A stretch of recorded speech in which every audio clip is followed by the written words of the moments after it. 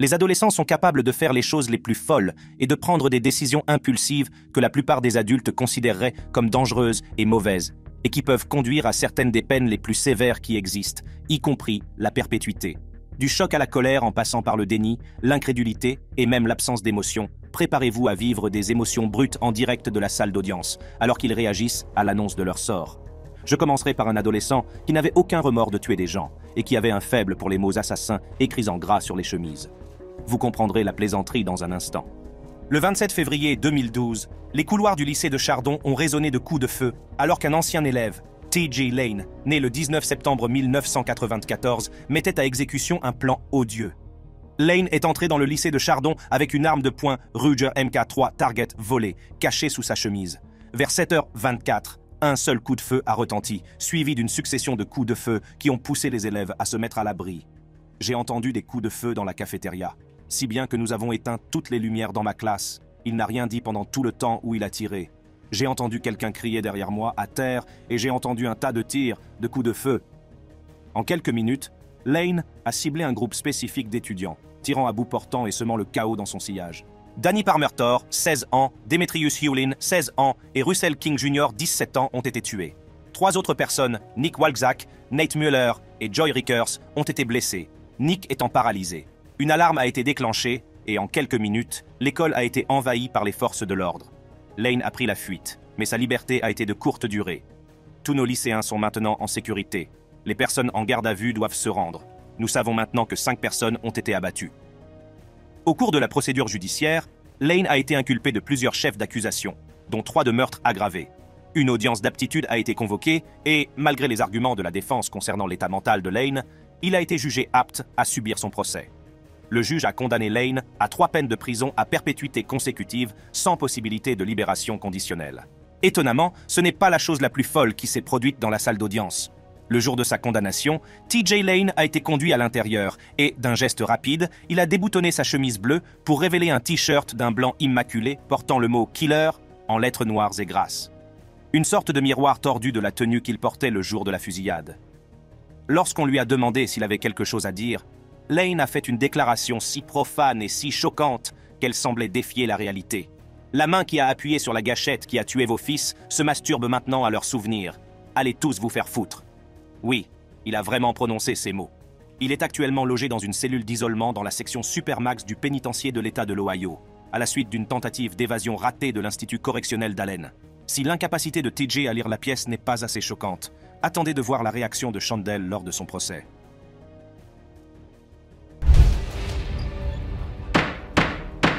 Par une nuit glaciale de 2010, dans la ville de Milwaukee, Nathan Potter, un étudiant de 21 ans de l'Université du Wisconsin, s'est retrouvé dans le collimateur d'un braquage qui a mal tourné.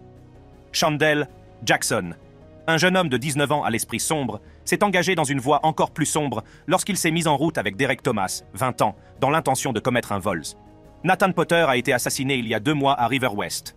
Selon la plainte pénale rendue publique cet après-midi, Chandel Jackson, 18 ans, et Derek Thomas, 19 ans, préparaient un vol. Leur cible était Potter, qui rentrait simplement chez lui, sans savoir que cette promenade serait la dernière. Par un cruel coup du sort, Potter n'avait rien à offrir à ses agresseurs. Pas d'argent, pas d'objet de valeur, rien d'autre que la tragique malchance de se trouver au mauvais endroit, au mauvais moment. Dans un geste insensé, Jackson a appuyé sur la gâchette et l'avenir de Potter a été volé en un instant. Lors de la condamnation de Jackson en février, ce dernier a fait plusieurs gestes en direction de la famille Potter, l'a injurié et, alors qu'il était conduit à la sortie du tribunal, notre caméra l'a filmé en train de sourire à la famille de la victime. Tout au long de la procédure initiale, le comportement de Jackson est resté sinistrement calme. Il n'y avait aucun signe de remords, aucune trace de culpabilité, alors qu'il était assis, apparemment sans se laisser impressionner par le poids de ses actes. Il lui arrivait même de faire des gestes, de jurer et de sourire à la famille de la victime. Le jour du jugement est arrivé, et la salle d'audience déborde d'une tension palpable, alors que la juge Rebecca Dallett s'apprête à prononcer la sentence de Chandel Jackson. Les yeux de la famille de la victime, remplis de chagrin et de l'espoir de tourner la page, étaient fixés sur le jeune homme qui avait irrévocablement brisé leur monde. « Je vais condamner M. Jackson à une peine d'emprisonnement à perpétuité sans possibilité de surveillance extérieure. Je sais que cette peine est réservée aux cas les plus graves. La sentence est aussi sévère que le crime lui-même. » En apprenant son sort, Jackson s'est effondré. La salle d'audience est plongée dans le chaos. lorsqu'il devient soudainement violent dans la salle d'audience. Les officiers, qui avaient anticipé une telle réaction en raison du comportement de Jackson pendant le procès, l'ont maîtrisé. Mais l'agitation ne s'est pas arrêtée à la retenue de Jackson. Les membres de la famille de Jackson, qui étaient assis au fond de la salle d'audience, ont commencé à proférer des insultes venimeuses à l'encontre de la mère de Potter. Leurs mots « Je vous déteste tous » et des déclarations telles que « Dieu est le juge » ont fendu l'air, ajoutant l'insulte à la blessure inimaginable déjà infligée à la famille Potter. La haine est un mot très fort, mais je comprendrais que vous l'utilisiez pour le prochain adolescent de la liste. Sa réaction était si agaçante que le juge a failli battre son record d'acceptation d'accords de peine en 23 ans.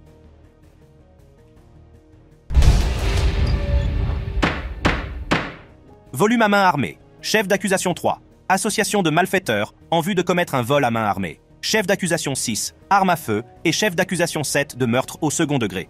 Comment voulez-vous plaider les chefs d'accusation 2, 3, 6 et 7 ? Je plaide coupable. Jordan Clee, un jeune homme de 17 ans, est entré dans les couloirs du lycée Pioneer avec des rêves qui allaient bien au-delà des salles de classe et des pelouses entretenues d'Ann Arbor, dans le Michigan. Connu pour son sourire contagieux et son grand cœur, Jordan était un fils, un ami et un phare du potentiel de la jeunesse dans une communauté qui donne la priorité à l'excellence académique et aux valeurs du Midwest. En 2016, un jour d'octobre sans prétention, la vie de Jordan Clee a été tragiquement interrompue lors d'une tentative de vol ratée.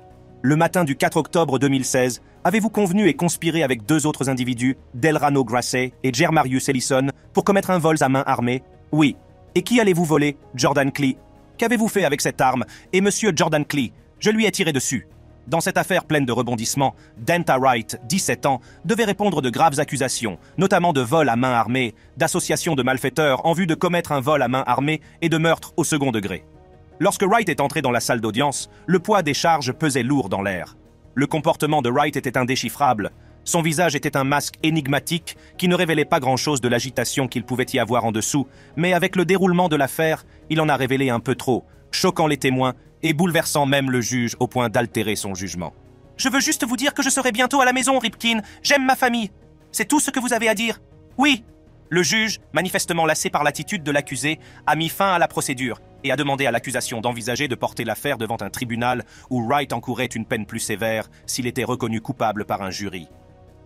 Le moment de la déclaration de la victime est arrivé. Courtney Clee, la cousine de la victime, s'est levée pour faire la déclaration au nom de sa mère. Ces paroles sont un rappel émouvant de l'avenir brillant qui a été volé à Jordan. Pendant que Courtney parlait, Wright a réagi avec indifférence. Ses sourires, face à l'angoisse de la famille, formaient un contraste saisissant et choquant avec le sombre témoignage qui était donné. « Votre réponse ne sera jamais assez bonne. Il n'y aura jamais de réponse assez bonne pour expliquer pourquoi vous avez tiré sur mon fils. Pourquoi vous pensiez que ce qu'il avait devait être à vous. Pourquoi vous pensiez que ce que vous vouliez, vous y aviez droit. » Ces sourires et ces rictus étaient un spectacle dérangeant, comme si la gravité de la situation n'avait pas été prise en compte par le juge. Le juge du comté de Washtenaw, David Swartz, a présidé l'affaire, fort d'une expérience de 23 ans dans la magistrature. Son rôle est de rendre la justice et d'être la voix de la société qui condamne de tels actes. Pourtant, même lui a semblé déconcerté par l'attitude effrontée de Wright. « Je n'ai jamais, au cours de toutes mes années d'activité, accepté un accord de peine », a déclaré le juge Swartz, dont la voix trahissait une pointe d'incrédulité. Le comportement de Wright dans la salle d'audience repoussait les limites, remettant en cause la détermination du juge à respecter l'accord de plaidoyer. Mais à vous voir sourire, rire et secouer la tête comme si ce n'était pas grave, je suis tenté de dire que je ne vais pas accepter cet accord de peine. Wright a été condamné à une peine de 23 à 50 ans pour meurtre au second degré. On dit que ce que les hommes peuvent faire, les femmes peuvent le faire mieux. Pourquoi ne pas le découvrir avec moi? Le cas d'Alyssa Bustamante fait froid dans le dos.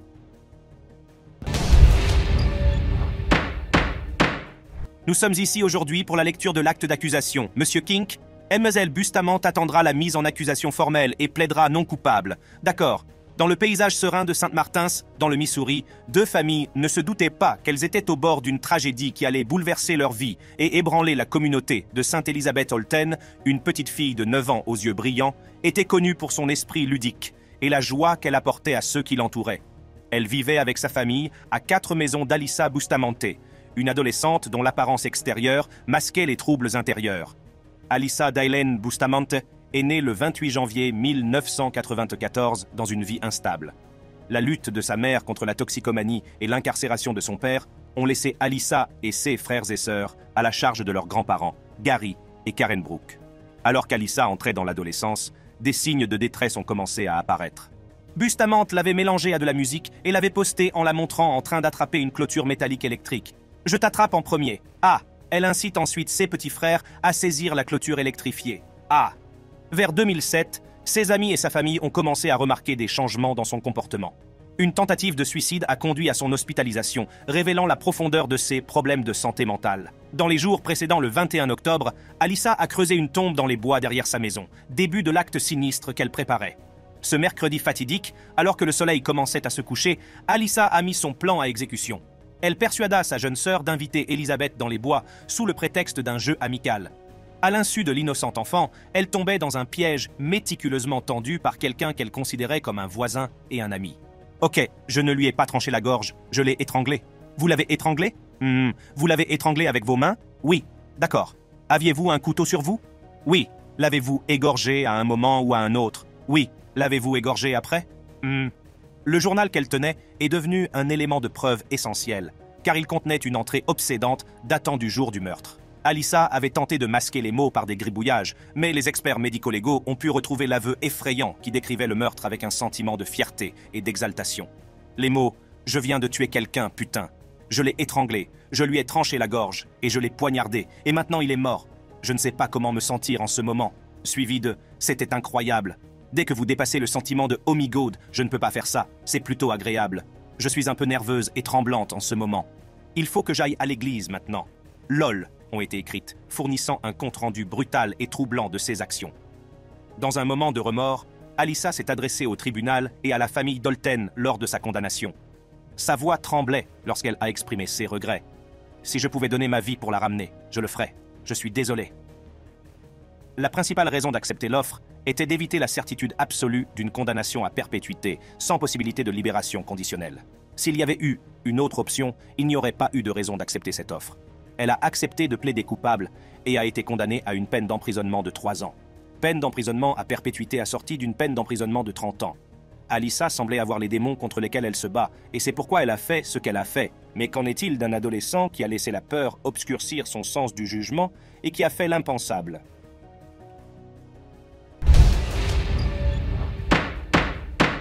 Pendant tout ce temps, je me suis mis à imaginer que rien ne s'était passé.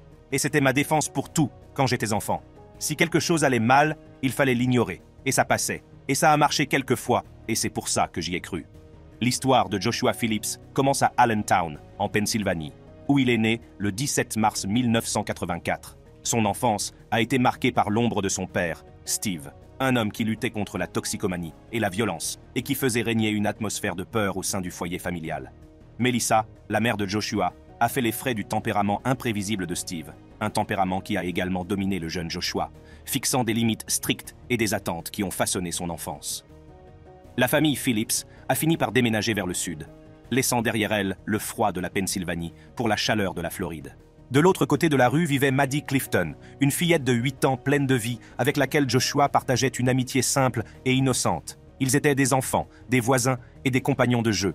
Le 3 novembre 1998, Joshua Phillips et Maddie Clifton ont décidé de jouer au baseball, un passe-temps innocent qui allait bientôt devenir tragique. Au cours de la partie, une balle perdue a frappé Maddie à l'œil, la faisant saigner et crier de douleur.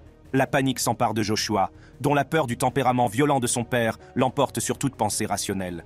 Phillips n'est pas un monstre, mais à cause d'un acte qui a commencé comme un accident et qui s'est détérioré à cause d'une panique qui a frôlé la folie, il s'est livré à un acte monstrueux. Dans une tentative désespérée de faire taire les cris de Maddie et d'éviter la punition de son père, Joshua l'a entraîné dans sa maison. La situation a rapidement dégénéré lorsqu'il a frappé Maddie avec la batte de baseball et, dans une vaine tentative de dissimuler ses actes, a caché son corps sous son lit. Rapidement, la communauté s'est rendue compte que Maddie avait disparu. Des recherches ont été menées et Joshua a rejoint les rangs. Il n'avait aucune idée de ce que Joshua avait fait. Phillips a finalement été reconnu coupable de meurtre au premier degré. Un verdict assorti d'une peine obligatoire de prison à vie sans possibilité de libération conditionnelle. Le shérif du comté de Polk vous remettra à la garde de l'administration pénitentiaire de l'État de Floride pour que vous soyez incarcéré sans possibilité de libération conditionnelle jusqu'à la fin de votre vie. Au fil des ans, l'affaire a fait son chemin dans les cours d'appel, remettant en cause la légitimité de la condamnation d'un mineur à la perpétuité sans possibilité de libération conditionnelle. Lors de la nouvelle sentence, chargé d'émotions, Phillips, aujourd'hui adulte, a exprimé son profond regret pour ses actes, versant des larmes sur l'innocence perdue et la douleur infligée. « J'ai fait quelque chose d'horrible. J'ai fait quelque chose d'horrible. Je suis tellement désolé de ce qui s'est passé. » Le kéa, suivant sur la liste, laisse les gens perplexes. S'agit-il d'un kéa de négligence de la part d'un parent ou d'un accident? Nous le découvrirons dans quelques instants.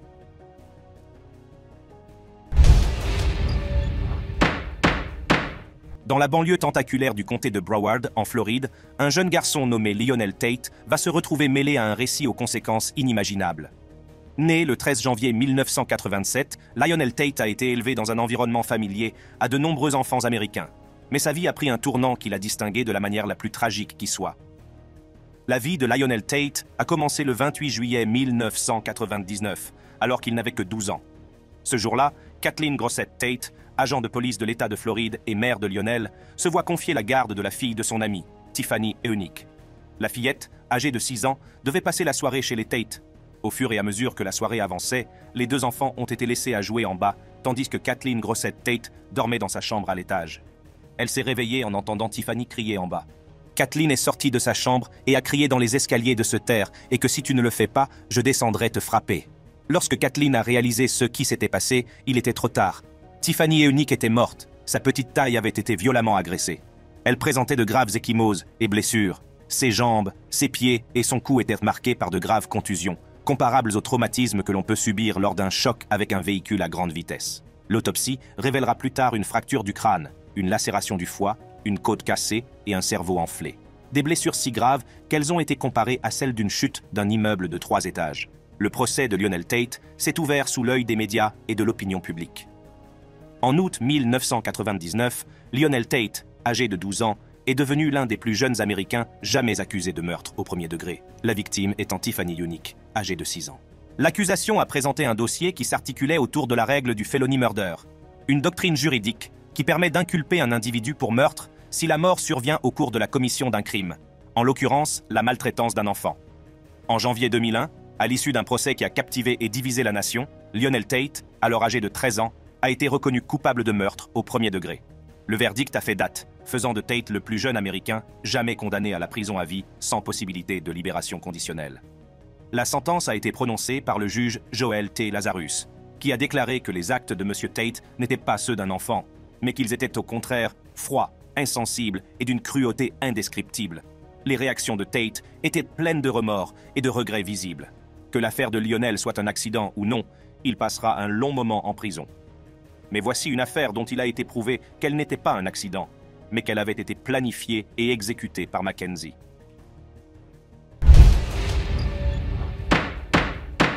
Mackenzie Shirilla, une jeune femme de 19 ans qui avait toute la vie devant elle, s'est retrouvée à la croisée des chemins. Elle réside à Strongsville, dans l'Ohio, une banlieue connue pour sa tranquillité et sa communauté soudée.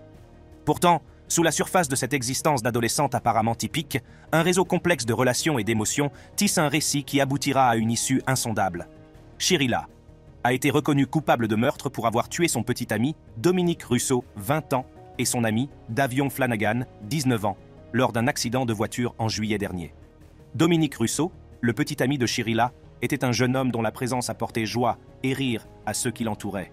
Daven Flanagan, ami de Shirilla et de Russo, était le genre de personne qui pouvait illuminer une pièce avec son sourire. Cependant, le 31 juillet a marqué une rupture avec les jours insouciants qui l'ont précédé. C'est ce jour-là qu'une série de décisions et d'actions ont abouti à un événement qui a changé à jamais le cours de plusieurs vies. Les détails de ce qui s'est passé avant l'accident restent entourés de mystères et de spéculations. Mais ce que l'on sait, c'est que Shirilla s'est retrouvée au volant d'une voiture avec Russo et Flanagan comme passagers.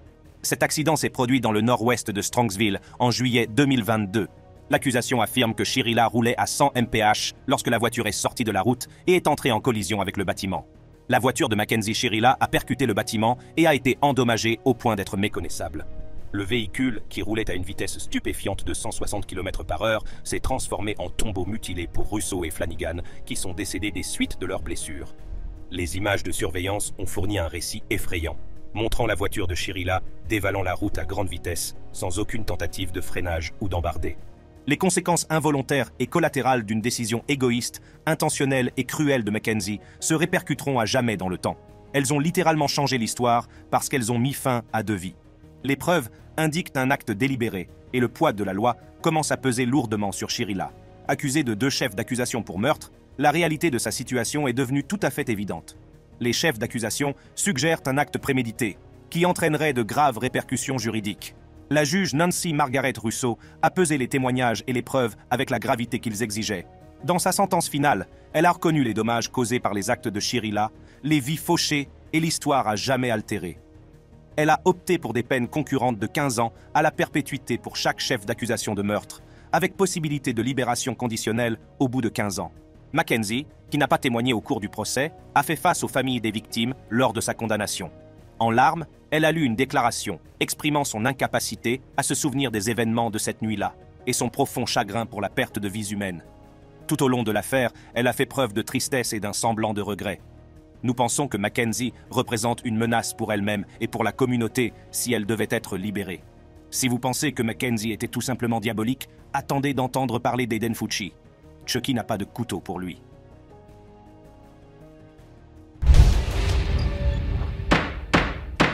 Le 9 mai 2021, jour de la fête des mères, la célébration d'une communauté a tourné à l'horreur lorsque le corps de Tristan Bailey, 13 ans, a été découvert dans une zone boisée du comté de St. John's, en Floride. La jeune pom-pom girl avait été portée disparue quelques heures auparavant. Tristan a été sauvagement poignardée à 100 reprises. 114 coups de couteau, 49 blessures défensives, 35 blessures à la tête et au cou, 29 au dos et à l'épaule et 6 blessures mortelles. L'enquête a rapidement mis le doigt sur un suspect, un camarade de classe de la Patriot Oaks Academy, Aiden Fucci, âgé de 14 ans. Fucci, qui vivait à proximité de Bailey, a été vu pour la dernière fois dans une vidéo obsédante, marchant à ses côtés sur Saddlestone Drive, à l'endroit même où son corps a été retrouvé plus tard. Au fur et à mesure que les détectives reconstituaient les événements de cette nuit tragique, les preuves ont commencé à s'accumuler. Un couteau de type Buck, dont la pointe correspond à un fragment logé dans le cuir chevelu de Bailey, a été retrouvé dans un étang voisin, ce qui a permis d'établir un lien entre Fucci et le crime. Des vêtements et des chaussures tachées de sang ont été retrouvés dans sa chambre, ainsi qu'un carnet rempli de dessins violents, dressant un portrait troublant de l'accusé. L'affaire, qui avait commencé par la recherche d'une jeune fille disparue, s'était transformée en une enquête pour meurtre, avec Aiden Fucci en son centre. Ce crime particulier a été commis avec l'arme de prédilection, un couteau qu'il a surnommé « Poker ». Au fur et à mesure que la procédure judiciaire s'engageait, le dossier contre Aiden Fucci commençait à se solidifier. D'abord arrêté pour meurtre au second degré, la gravité des preuves a rapidement fait passer l'accusation à celle de meurtre au premier degré, avec préméditation, ce qui témoigne de la brutalité calculée qui a marqué la fin de Tristan Bailey. Fucci, mineur, se tenait devant le tribunal, son destin suspendu à l'équilibre du système judiciaire. Votre honneur, au nom d'Aiden Fucci, nous modifions notre plaidoyer. Nous plaidons coupable comme accusé. Juste avant le début de la sélection du jury, en février 2023, Fucci a changé le cours de son procès en plaidant coupable. Le couteau, les vêtements ensanglantés, le selfie Snapchat obsédant que Fucci a pris à l'arrière d'une voiture de patrouille, tout cela peint une image sinistre de la nuit où Tristan Bailey a été tué. Tout au long de la procédure, Fucci est resté calme, avec peu ou pas d'émotion dans ses expressions faciales et ses gestes. Monsieur Fucci, ayant plaidé coupable pour ce crime de meurtre au premier degré, je vous déclare coupable du meurtre prémédité au premier degré de Tristan Bailey. Je vous condamne à la prison à vie. Il ne semblait pas éprouver de regret ou de remords, et des rumeurs circulaient selon lesquelles il s'était vanté auprès des détenus d'être réel, puisqu'il avait poignardé sa victime au lieu de l'abattre à distance. Fucci a menacé des détenus et a dit qu'il poignarderait ce détenu. Le détenu a déclaré que Fucci affirmait, je cite, qu'il était réel parce qu'il avait poignardé une fille face à face et lui avait ôté la vie. Enfin, une affaire si triste que j'en ai versé quelques larmes. Il semble que Kip ait eu besoin d'aide, mais qu'il ne l'ait pas obtenue, et cela s'est mal terminé pour les élèves du lycée Thurston.